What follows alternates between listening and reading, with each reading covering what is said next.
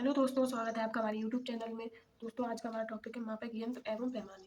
तो फिजिक्स जिस एग्जाम में भी पूछी जाती है तो फिजिक्स का बहुत ही इंपॉर्टेंट टॉपिक है मापक यंत्र एवं पैमाने। अक्सर एग्जाम में इस टॉपिक से क्वेश्चन बनते हैं, या फिर तो मैचिंग में लाने के लिए दे देगा या फिर डायरेक्ट पूछ लेगा।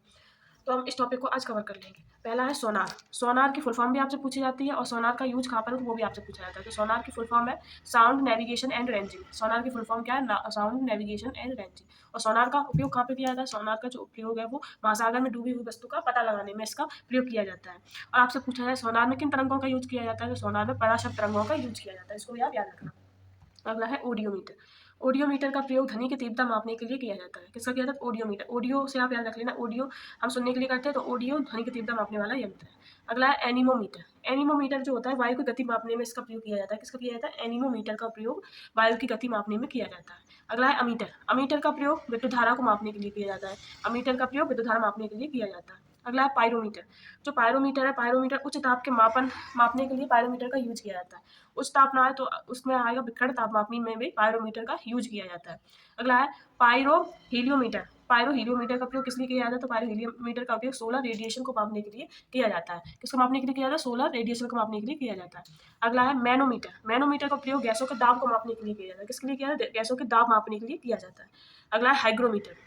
हाइग्रोमीटर होता है सापेक्ष आर्द्रता को मापने के लिए इसका प्रयोग किया जाता है। हाइग्रोमीटर का प्रयोग सापेक्ष आर्द्रता मापने के लिए किया जाता है। अगला आपसे पूछा जाता है स्प्रिंग तुला। अगला आपसे पूछा जाता है स्प्रिंग तुला। स्प्रिंग तुला का वस्तु के भार को नापने के लिए स्प्रिंग तुला का प्रयोग करते हैं। अगला है ओडोमीटर। ओडोमीटर है वाहनों के पहियों द्वारा तय की गई दूरी को मापने के लिए ओडोमीटर का प्रयोग करते हैं। इन दोनों को आप याद रखना, ओडोमीटर। और अगला है ओंडोमीटर। ओंडोमीटर होता है वो विद्युत चुंबकीय तरंगों की आवृत्ति मापने के लिए किया जाता है। जो ओडोमीटर था वो वाहनों के पहियों द्वारा तय की गई दूरी को मापने वाला यंत्र था, और जो ओंडोमीटर है वो विद्युत चुंबकीय तरंगों की आवृत्ति मापने के लिए इसका प्रयोग किया जाता है। अगला है लैक्टोमीटर। लैक्टोमीटर का प्रयोग दूध की अपेक्षित घनत्व मापने के लिए किया जाता है। किसका? दूध का अपेक्षित घनत्व मापने के लिए लैक्टोमीटर का प्रयोग करते हैं। अगला है स्टेथोस्कोप। स्टेथोस्कोप को आप जानते ही होंगे, हृदय की ध्वनि सुनने के लिए इसका प्रयोग किया जाता है। अगला है स्फिग्नोमैनोमीटर। स्फिग्नोमैनोमीटर का प्रयोग रक्तचाप मापने के लिए किया जाता है। किसके लिए किया जाता है? रक्तचाप मापने के लिए स्फिग्नोमैनोमीटर का प्रयोग किया जाता है। अगला है कैरोटोमीटर। कैरोटोमीटर सोने की शुद्धता मापने के लिए किया जाता है। इसको आप सोने की शुद्धता कैरेट में होती है, इसलिए कैरोटोमीटर का प्रयोग करते हैं। अगला है लक्समीटर। लक्समीटर का प्रयोग प्रकाश की तीव्रता मापने के लिए किया जाता है। किसके लिए किया जाता है? प्रकाश की तीव्रता मापने के लिए लक्समीटर का प्रयोग करते हैं।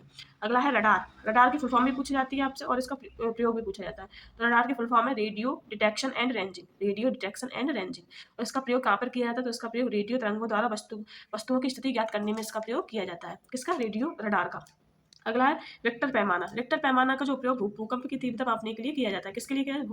भूकंप की तीव्रता मापने के लिए। अगला है सिस्मोग्राफ। सिस्मोग्राफ का प्रयोग भूकंप तरंगों को मापने के लिए किया जाता है। किसका? सिस्मोग्राफ का प्रयोग भूकंप तरंगों को मापने के लिए किया जाता है। अगला है रेन गेज। जो रेन गेज होता है वो वर्षा मापी यंत्र होता है। रेन गेज आपसे पूछा रेन गेज क्या है? तो वर्षा मापी यंत्र है। अगला है कैस्कोग्राफ। जो कैस्कोग्राफ होता है वो पौधों में वृद्धि मापने का यंत्र होता है। कैस्कोग्राफ से हम पौधों की वृद्धि मापते हैं। अगला है फेदोमीटर। फेदोमीटर का प्रयोग समुद्र की गहराई मापने के लिए किया जाता है। किसके लिए? समुद्र की गहराई मापने के लिए किया जाता है। अगला अल्टीमीटर। अल्टीमीटर का प्रयोग समुद्र तल से विमानों की ऊंचाई मापते हैं। इसका प्रयोग कहाँ पर होता है? समुद्र तल से विमानों की ऊंचाई मापते हैं अल्टीमीटर से। अगला पॉलीग्राफ। पॉलीग्राफ को तो आप जानते हो झूठ का पता लगाने वाला यंत्र होता है पॉलीग्राफ। अक्सर फिल्मों में इसका यूज होता है। अगला है फोनोमीटर। फोनोमीटर होता है ध्वनि की तीव्रता एवं स्पंद की आवृत्ति मापने वाला यंत्र है फोनोमीटर। अगला है फोटोमीटर। आपसे पूछा जाए फोटोमीटर क्या है? तो प्रकाश की तीव्रता मापने वाला यंत्र है।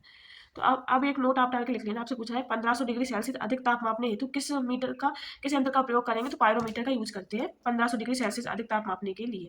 अगर आपसे पूछा जाए ऑप्शन में दे दे कि सेल्सियस, फारेनहाइट, ड्यूमर और केल्विन, इनमें से किसका मान ऋणात्मक नहीं होता है? तो केल्विन का मान ऋणात्मक नहीं होता है। सेल्सियस, फारेनहाइट, ड्यूमर ये सभी का मान ऋणात्मक होता है।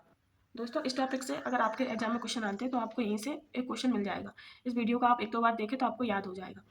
दोस्तों, आपको बताना आपको वीडियो कैसा लगा, लाइक करें, सब्सक्राइब करें। Thank you.